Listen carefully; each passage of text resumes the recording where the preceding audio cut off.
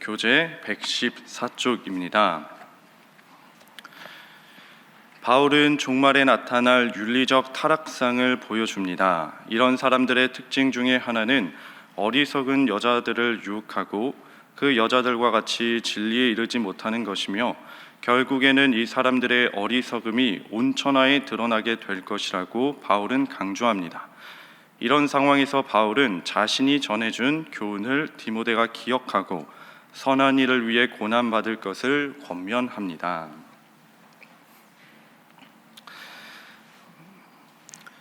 오늘 본문 말씀 1절을 보면 이제 사도 바울이 디모데에게 말세에 고통하는 때가 일어날 것이다 라고 이렇게 권면합니다.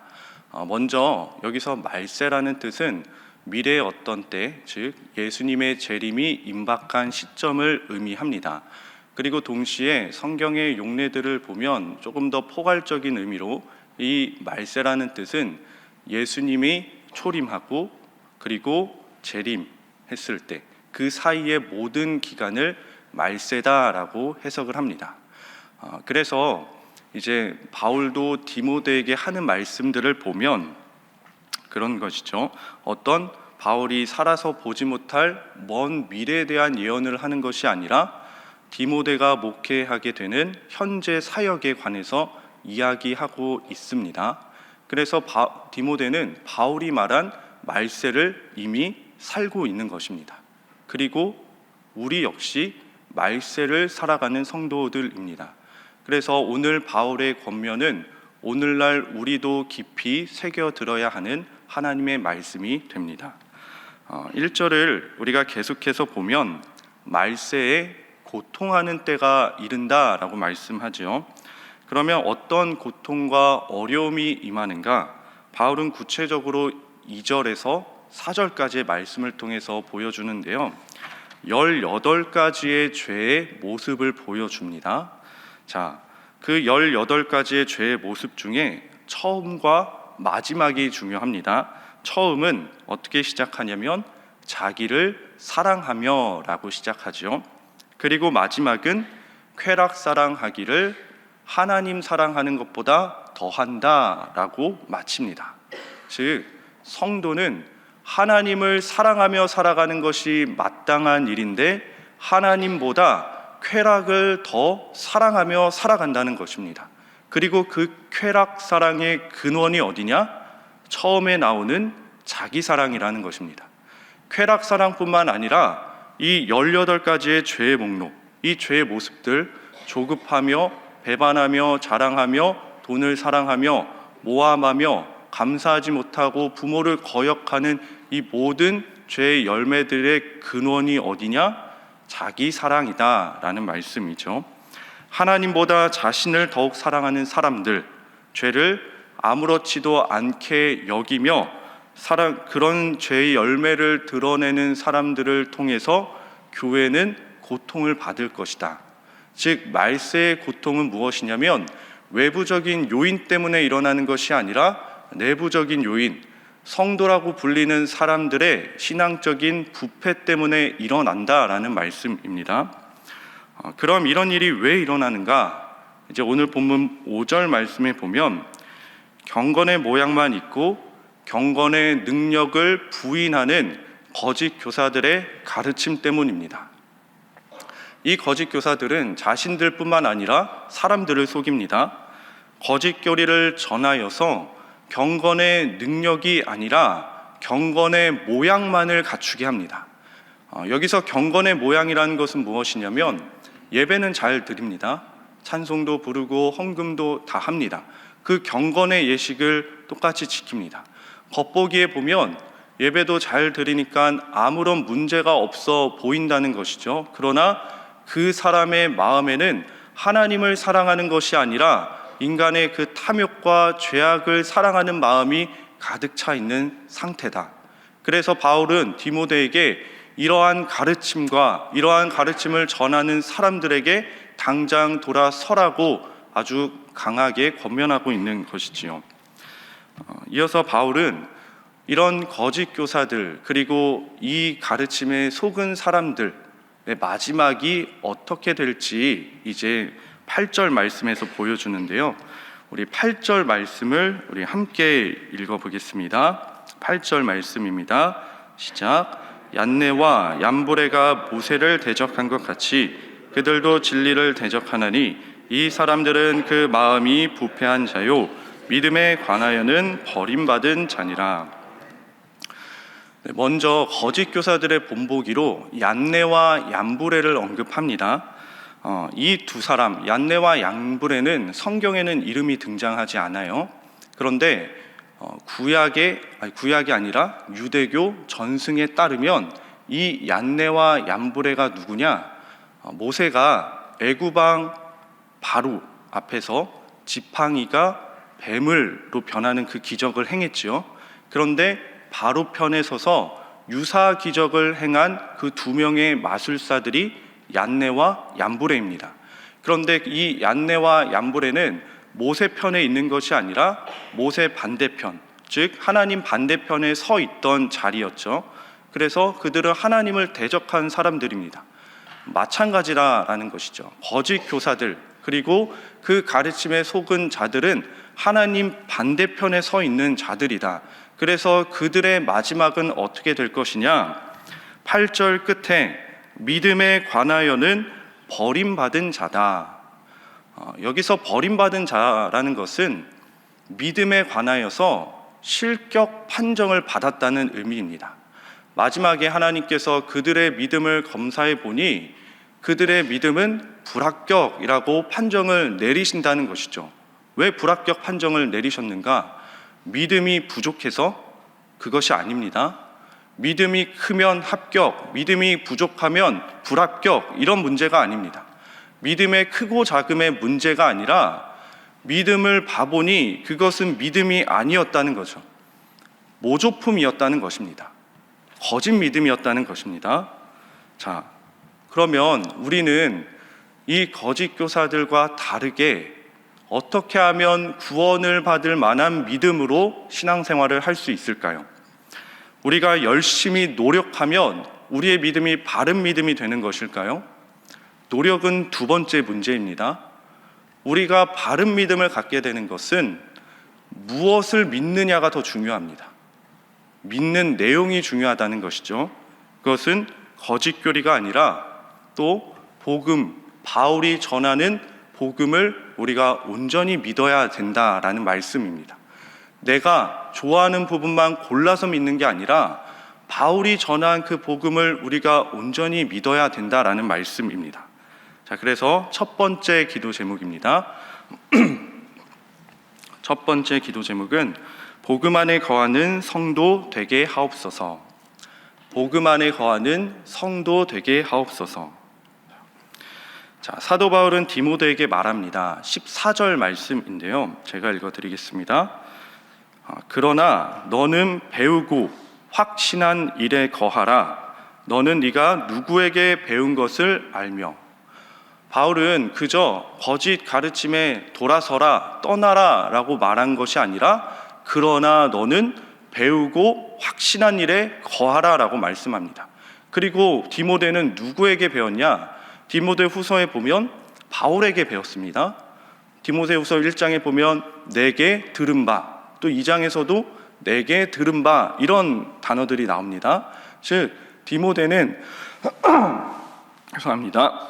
디모데는 바울에게 복음을 듣고 믿게 되어 그리고 복음을 전하며 복음의 능력으로 살아가야 함을 지속적으로 배웠습니다. 자, 바울이 전한 복음, 우리 역시 이 바울이 전한 복음을 온전히 믿어야 되는데 그 복음이 어떤 내용인지 우리가 다 잘 알지만 또 한 구절을 통해서 다시 한번 살펴보도록 하겠습니다. 갈라디아서 3장 13절 그리고 14절 말씀인데 한번 펴보셔도 좋습니다. 갈라디아서 3장 13절에서 14절 말씀입니다. 먼저 13절 말씀을 제가 읽어드리면 그리스도께서 우리를 위하여 저주를 받은 바 되사 율법의 저주에서 우리를 속량하셨으니 기록된 바 나무에 달린 자마다 저주 아래에 있는 자라 하였습니다. 자, 예수님께서 십자가, 즉 나무에 달려서 하나님의 저주를 받았습니다. 하나님의 심판을 받았습니다. 예수님께서 아무런 죄가 없는데 왜 하나님의 저주와 심판을 받으셨습니까? 그것이 바울의 말로 우리를 위하여, 바로 나의 죄 때문에, 그리고 여러분들의 죄를 위하여, 우리들의 죄를 대표하여 예수님께서 십자가에 못 박혀 돌아가신 것이죠. 그리고 예수님은 3일 만에 부활하셨습니다. 바울은 이 십자가 사건을 통해 부어지는 복음의 두 가지 은혜를 말합니다. 14절 말씀, 갈라디아서 3장 14절 말씀을 제가 읽어드리면, 이는 그리스도 예수 안에서 아브라함의 복이 이방인에게 미치게 하고 또 우리로 하여금 믿음으로 말미암아 성령의 약속을 받게 하려 함이라. 자, 먼저 아브라함의 복이 이방인에게 미친다. 여기서 아브라함의 복은 무엇이냐면 아브라함이 누렸던 물질적인 풍요를 말하는 것이 아닙니다. 문맥상에 따르면 믿음으로 의롭게 된 복을 말합니다. 즉 누구든지 우리는 예수 그리스도를 믿는 자, 예수 그리스도를 믿는 그 믿음으로 말미암아 그 누구든지 차별 없이 죄 사함을 받고 우리는 하나님의 자녀가 되는 그런 새 사람이 되는 것입니다. 그런데 여기서 끝이 아니라는 거예요. 여기서 끝이 아니라 바울은 더 중요하고 함께 중요한 그 복음의 은혜가 있는데, 그것이 무엇이냐면 예수 그리스도를 믿어 새 사람이 된 자들에게는 무엇이 주어지냐? 믿음으로 성령의 선물을 받게 하심이라, 성령의 약속을 받게 하려 함이다라고 말씀합니다. 복음을 믿는 자들에게는 성령님이 임하신다는 것입니다. 성령님이 함께 하신다는 것입니다. 여러분, 성령님이 누구죠? 생명의 영이시죠. 그래서 성령님이 함께 하시는 자들에게는 생명이신 하나님을 더 알기를 원하고 하나님께 가까이 나아가기를 원합니다. 또한 성령님은 거룩의 영이시죠. 그래서 성령님이 함께 하시는 자들에게는 거룩을 추구하며 살아가기를 원합니다. 또한 성령님은 하나님의 깊은 것까지 통달하시는 분이십니다. 그래서 성령님이 함께 하시는 자들에게는 하나님의 뜻이 무엇인지, 우리를 향한 하나님의 뜻이 무엇인지 알게 하십니다. 그리고 성령님은 무엇보다 죽은 자를 살리시는 이의 영이시기 때문에 불가능을 가능하게 하십니다. 예전에는 도무지 살아갈 수 없었던 그 하나님의 뜻에 따라 살아갈 수 있는 능력을 부어주신다라는 말씀이죠. 이처럼 복음을 믿어 성령님이 함께 하시는 자들에게는 생명력이 있습니다. 경건의 모양만이 아니라 경건의 능력, 경건의 생명력이 있다라는 말씀입니다. 그래서 우리는 이 바울이 전한 복음으로부터 주어지는 두 가지 은혜를 반드시 기억할 필요가 있다라는 것입니다. 믿음으로 의롭게 된 복, 그리고 성령의 약속을 받게 된 복. 바울은 너희가 예수님을 믿어 죄사함을 받았으니 이제 너희 마음대로 살아도 된다라고 말씀하지 않았습니다. 우리는 아직 완전한 구원을 받지 못했죠. 구원이 완성되지 않았습니다. 그래서 우리는 새 사람이 되었지만 여전히 죄의 잔재가 남아 있습니다. 그래서 사람은 본성적으로 죄로 기우는 경향이 있는 것이죠. 그렇게 내 인생을 끌리는 대로 내 마음대로 살아가게 되면 자연스럽게 성령의 열매가 맺어지는 것이 아니라 죄의 열매가 맺어집니다. 바울은 죄를 경계하지 않고 죄를 아무렇지 않게 여기며 그 죄의 열매를 맺어가며 살아가는 사람들에게 잘했다, 괜찮다, 우리는 죄를 얼마든지 지어도 된다, 왜냐? 얼마든지 용서받을 수 있기 때문이다, 이렇게 결코 말씀한 적이 없습니다. 오히려 죄를 경계하지 않고 죄 짓는 것을 아무렇지도 않게 여기며 죄의 열매를 드러내며 살아가는 사람들을 향하여 너희는 하나님 나라의 유업을 받지 못할 것이다 라고 두려운 경고의 말씀을 하셨다라는 거죠. 바울은 말합니다. 육체의 소욕을 따르면 안 된다. 죄의 생각을 따르면 안 된다. 새 사람, 예수 그리스도를 믿어 새 사람이 된 자들은 성령님이 함께 하시니 그 성령님의 인도하심을 받아야 된다. 성령을 따라 행해야 된다라고 강하게 간절하게 말씀하고 있습니다. 청교도 신학자 중에 존 오웬이라는 분이 있습니다. 이분은 성령을 따라 어떻게 하면 성령을 따라 살아갈 수 있을까? 어떻게 하면 죄를 죽이며 살아갈 수 있을까? 정말 평생 동안 연구하고 고민하던 분이었습니다. 이분이 말하기로 죄를 죽이는 것은 이 땅에서 완벽하게 죄를 박멸하는 것이 아니다라는 것입니다. 그럼 뭐냐? 죄를 죽이는 것은 죄의 성향을 약화시키는 거다. 죄의 성향을 약화시켜야 우리 안에 부어주신 하나님의 은혜들이 잘 자라게 된다는 것이죠. 존 오웬은 이런 예를 드는데요. 한 귀한 약초를 메마르고 황폐한 땅에 심었습니다. 그런데 그 귀한 약초가 자라면서 주변의 잡초들도 같이 자랍니다. 그 잡초를 뽑아내지 않으면 그 잡초의 기운이 뺏겨 그 약초는 점점 메마르고 쓸모없는 것이 되고 약초의 효능을 잃어버리게 된다는 것입니다. 그런데 잡초들을 하나하나 다 뿌리 뽑으면 그 약초는 건강하게 잘 자라나서 언제든지 사용 가능한 유능한 어떤 효능이 좋은 약초가 된다는 것이죠. 마찬가지다라는 말씀입니다. 우리 안에 하나님께서 심어두신 은혜들이 있습니다. 그런데 죄의 잡초들도 같이 자라납니다. 그 죄의 잡초들을 가만히 놔두면 하나님의 은혜가 당장 사라지는 것은 아니지만 가려지고 어떻게 사용되지 모르고 쓸모 없어지는 모습으로 되어버린다는 것이죠. 그러나 그 잡초들을 하나하나 뿌리 뽑으면 하나님의 은혜는 점점 자라나고 우리의 마음도 정결하게 되어 언제든지 하나님께 쓰임받는 준비가 된다라는 말씀입니다. 그런데 이것을 가능하게 하는 것, 죄의 잡초를 뿌리 뽑을 수 있도록 가능하게 하는 것은 성령님의 도우심이 있어야 한다.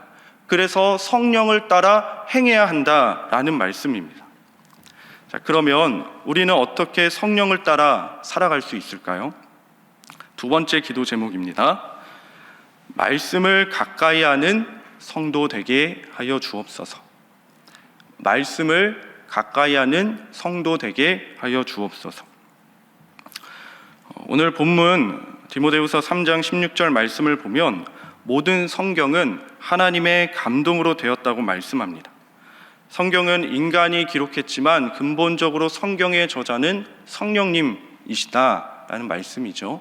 예수님께서도 이런 말씀을 했습니다. 성령님은 진리의 영이시다. 그래서 성령님은 진리의 말씀을 통해 역사합니다. 그리고 사도 바울도 성도들의 가지고 있는 유일한 무기 성령의 검, 이것을 곧 하나님의 말씀이라고 하죠. 또 예수님은 성령으로 우리가 거듭난다고 했는데 베드로전서를 보면 그것을 좀 구체적으로 설명을 합니다. 우리가 어떻게 거듭날 수 있느냐? 살아있고 항상 있는 하나님의 말씀으로 거듭난다라고 이야기합니다. 즉 성령은 항상 말씀을 통해 역사합니다. 말씀을 통해 우리를 변화시키고 또 말씀을 통해서 우리에게 은혜를 주시고 말씀을 통해서 성령님을 따르게 한다라는 말씀이죠. 자, 그런데 말씀을 가까이 하는 것이 참 중요한데 저는 한 가지를 더 말씀드리고 싶습니다. 마지막 기도 제목입니다. 말씀에 붙들리는 자가 되게 하옵소서. 말씀에 붙들리는 자가 되게 하옵소서.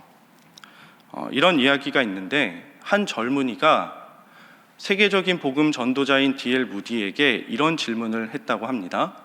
선생님, 저는 말씀을 붙들며 살아가고 있는데 왜 내 인생은 변하지 않습니까? 그러자 그 D.L. 무디가 자네가 말씀을 붙드는 것이 아니라 말씀이 자네를 붙들어야지라는 답을 해주었다고 합니다. 말씀을 가까이 하는 것을 넘어서 저와 여러분들이 말씀에 붙들리는 인생 되기를 주님의 이름으로 축복합니다. 오늘 본문 17절에 보면 성경은 하나님의 사람으로 온전하게 하며 모든 선한 일을 행할 능력을 갖추게 한다고 하지요. 말씀이 우리를 붙들기 시작하면 하나님의 말씀은 단순히 글이 아니라 살아있고 움직이고 역사하는 그런 말씀이기 때문에 우리를 하나님의 사람으로 온전히 세울 수 있습니다. 그런데 말씀이 나를 붙들기 위해서는 먼저 내가 말씀을 가까이 하고 내가 말씀을 붙드는 노력이 필요합니다. 마지막 한 구절을 읽어드리고 마치려고 하는데, 골로새서 1장 29절에서 바울은 이렇게 말합니다. 이를 위하여 나도 내 속에서 능력으로 역사하시는 이의 역사를 따라 힘을 다하여 수고하노라. 바울은 복음으로 성도들을 하나님의 사람으로 세우기 위해서 내가 힘을 다하여 수고한다고, 내가 노력한다고 말합니다. 그런데 인간의 노력만으로는 하나님의 일을 온전히 세워갈 수가 없습니다. 그래서 바울은 동시에 말하는 것이 있습니다. 내 속에서 능력으로 역사하시는 이의 역사를 따라, 즉 하나님이 하시는 일에는 은혜가 필요하다는 것입니다. 내가 하나님의 말씀을 간절히 원하고 정말 그 말씀을 통해 하나님을 경험하기를 원하고 말씀을 통해 하나님의 뜻대로 살아가기를 원하는 그 간절한 마음과, 그리고 마음만 있는 것이 아니라 실제로 그 말씀을 묵고 읽고 묵상하고 말씀을 그 듣는 자리를 사모하면서 그 말씀대로 살아가고자 할 때 하나님께서 은혜의 문을 열어주신다라는 것이죠. 하나님은 누구나에게 차별 없이 은혜를 베풀어 주시길 원하십니다. 그러나 아무나에게 주시지 않는다는 거죠. 왜냐? 그 하나님의 값진 은혜를 하찮게 여길까 봐. 그러나 우리가 정말 말씀을 소중히 여기고 정말 말씀 가운데 살아가기를 원한다면 그 살아계신 하나님의 말씀이, 그 영광의 말씀도 우리를 소중하게 여겨주실 줄 믿습니다. 저와 여러분들이 하나님의 말씀에 붙들려 성령의 충만함을 받고 그 성령을 따라 살아가는 저와 여러분 되기를 주님의 이름으로 축복합니다. 기도하겠습니다. 하나님, 우리가 나눈 기도 세 가지의 제목, 말씀을 가까이 하는 성도 되게 하여 주옵소서, 말씀에 붙들리는 성도 되게 하여 주옵소서, 그리고 복음에 거하는 성도 되게 하여 주옵소서, 그리고 우리 신일교회와 의인 목사님을 위해서, 그리고 각자 가지고 나온 기도 제목을 위해서 이 시간 함께 기도하겠습니다. 주여 믿습니다. 주여 믿습니다. 주여 믿습니다.